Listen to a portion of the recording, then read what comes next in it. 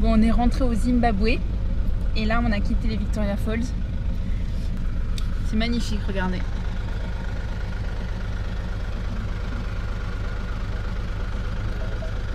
Pourquoi ?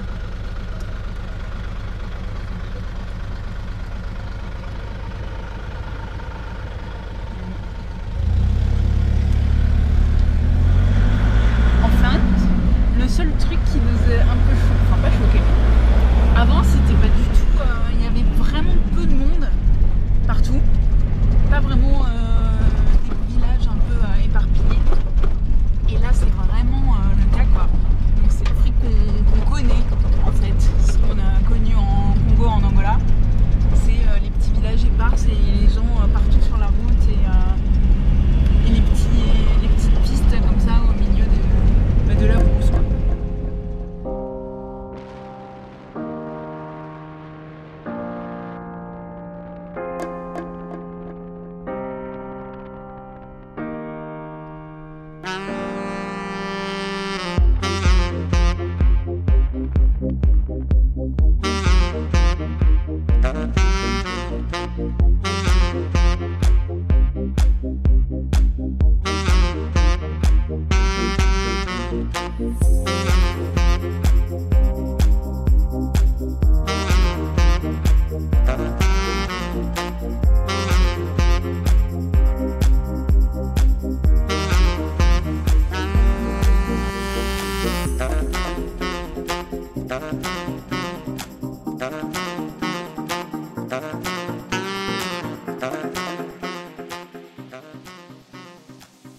Nous commençons lentement à longer le lac Kariba jusqu'à notre première escale, Mabwe.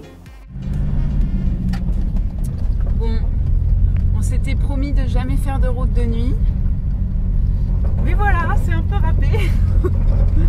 Après, on sait qu'au bout de ce chemin, enfin de cette piste, il y a un campsite qui nous attend avec des gens qui ont l'air super cool.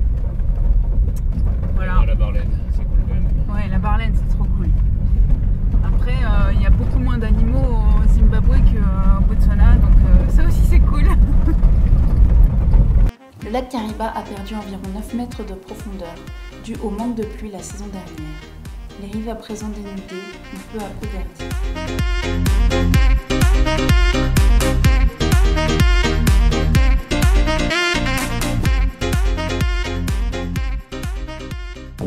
Il y a des traces de hippo de ouf ici.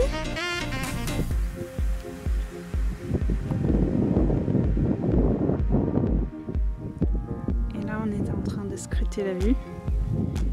Belle vue. Des vaches. Oui. Et là, qu'est-ce qu'il y a à côté des vaches? Des hippos.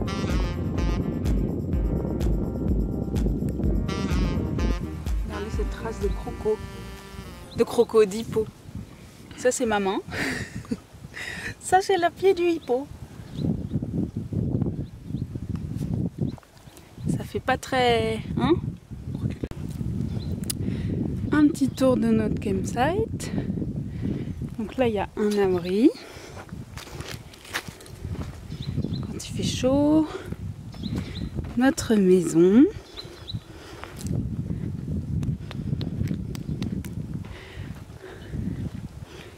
Avec notre petit coin dîner. Donc là hier soir on était bien posés avec la petite lampe tempête qui va bien, notre petit barbecue et là le petit banc vue sur le lac. Est-ce que c'est pas trop mignon?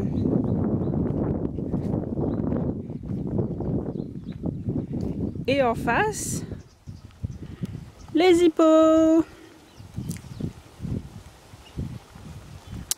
Bon, parfois ils viennent manger ici. Mais là, il n'y a pas assez d'eau apparemment. Ils peuvent pas trop marcher sur les gros cailloux. Heureusement, on n'a pas trop envie d'avoir des hippos dans le campsite.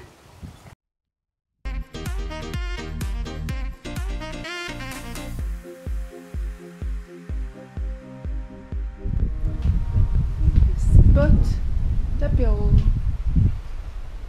Apéro, apéro.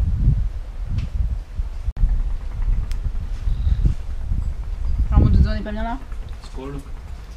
Skål. On va peut-être acheter la maison. Notre future maison au Zimbabwe. Avec la vue sur le lac Kariba. Il y a pire. Ah mon doudou? Sur ta petite chaise à palabre. Ouais, sauf que ce coup qu'acheter un appart en soi. En tout cas c'est moins cher. Environ 10 fois moins cher. Alors voilà, dernière nuit sur le lac Kariba. Dernière nuit avec les vues sur les bateaux de pêcheurs. C'est les petites lumières alignées. Chaque bateau a sa lumière. Et il projette sur l'eau. Les petits poissons arrivent et ils attrapent. Nous finissons de longer le lac et passons quelques jours à Kariba, qui est le point d'ancrage de nombreux pêcheurs. Ils partent de nuit et la petite lumière, au-dessus de leur filet, attire les poissons. Ils dorment sur le pont bercés par le vacarme assourdissant de leur moteur, communiquant uniquement par signes. Parfois, le mauvais temps les malmène. Le lac étant vaste et leur bateau sommaire, dès que le vent se lève, les vagues font des victimes. La dernière tempête, un mois auparavant, a fait 30 morts.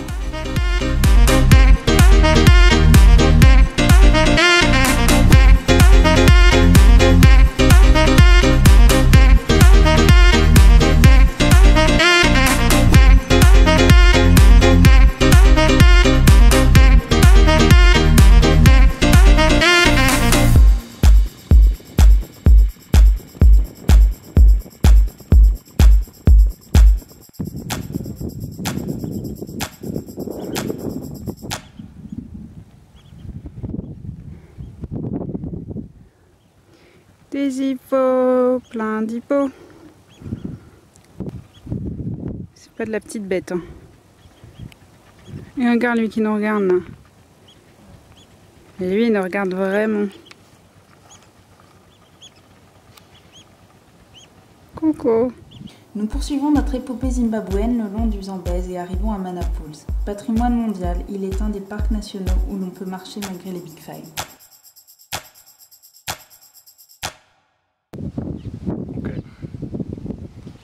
On est à Mana Pools. Voilà. Donc ça c'est notre campement. Il faut savoir que hier soir on est allé se doucher et alors ça a été la mission parce que les toilettes et les douches, les sanitaires sont horribles. Pas du tout entretenues. Et là, donc il y avait des araignées qui couraient dès qu'on allumait l'eau. Et je sors de la douche. Chauve-souris! Je déteste les chauves-souris. Donc j'appelle Doudou et tout. Et notre voisin, qui est là-bas, éclairait le bush avec sa lampe torche. Et là, qu'est-ce que je vois juste devant la sanitaire? Non pas un bœuf, un buffle.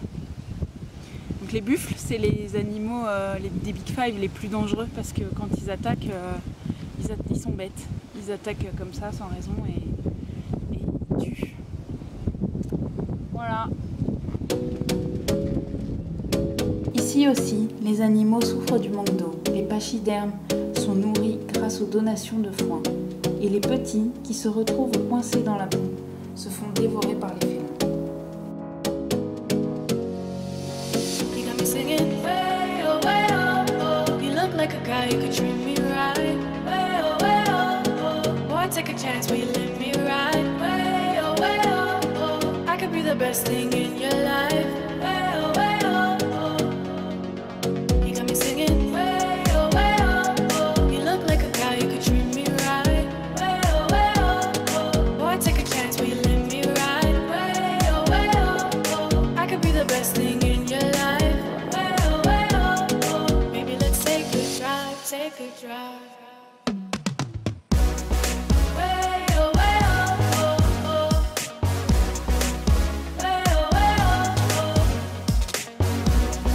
Way oh, way oh, oh, oh. Way oh, way oh, oh. Way oh, way oh, oh, oh. Way oh, way oh. Way oh, way oh, oh, oh.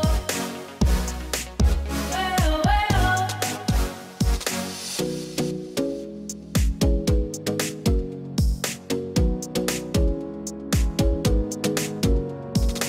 You got me singing. You look like a guy who could treat me right.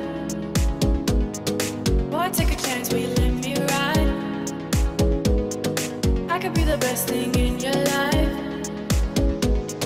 Maybe let's take a drive, take a drive. Way oh, way oh, oh, oh.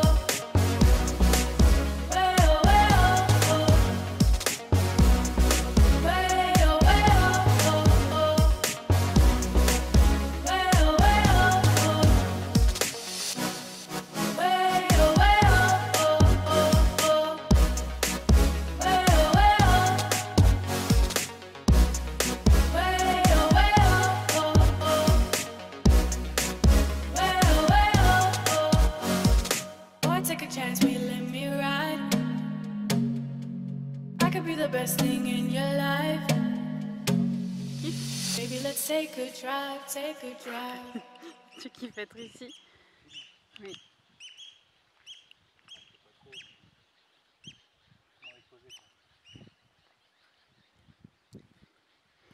Alors on est arrivé à Manapouls et c'est super beau, mais bon on est un peu en flip parce qu'on nous a dit qu'il y avait des mouches tsetse sur la route. Alors on espère juste de pas s'être fait piquer et du coup on a désinsectisé la voiture en arrivant. Mais j'ai des piqûres cheloues sur la jambe. On sort de Manapouls là et donc on va monter sur la route là-bas. Donc là après c'est les montagnes zambéziennes et zambiennes. Et du coup il faut vachement se méfier des mouches tsetse. Du coup on va mettre ça sur nos jambes. C'est la première étape. Anti-mouche tsetse, parce que la mouche tsetse réside dans les montagnes. Donc on était protégés dans les plaines de Manapouls, mais là on remonte pour repasser de l'autre côté. Il faut se protéger.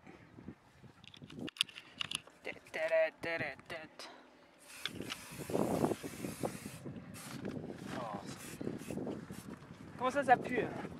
Bien sûr que ça pue.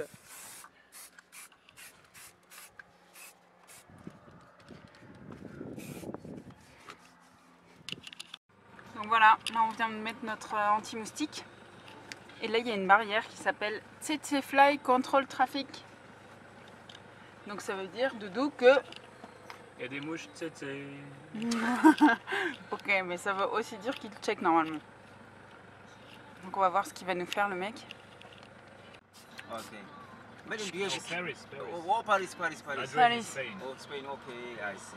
So what do? You put this? Yes, I spraying for tsetse flies. You know flies which are Yeah. responsible for the transmission of sleeping sickness disease. They are found here in Zambia Safari, where Okay. there are animals. And what do you do with this? This one, do this. Ah yeah. Okay. But if you... When you are fishing, you must save something where you can. Yes. It's only when you see the tsetse flies. Yeah, when I see them. We don't Okay. have any. When Right? it tries to fly away, then I.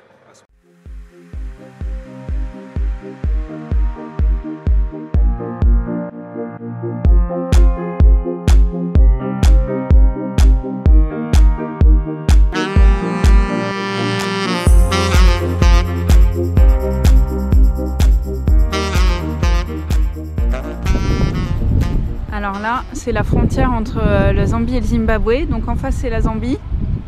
Nous, on est au Zimbabwe. Et à notre gauche, il y a le Lake Kariba. Et ça, c'est la Zambezi River qui sépare les deux.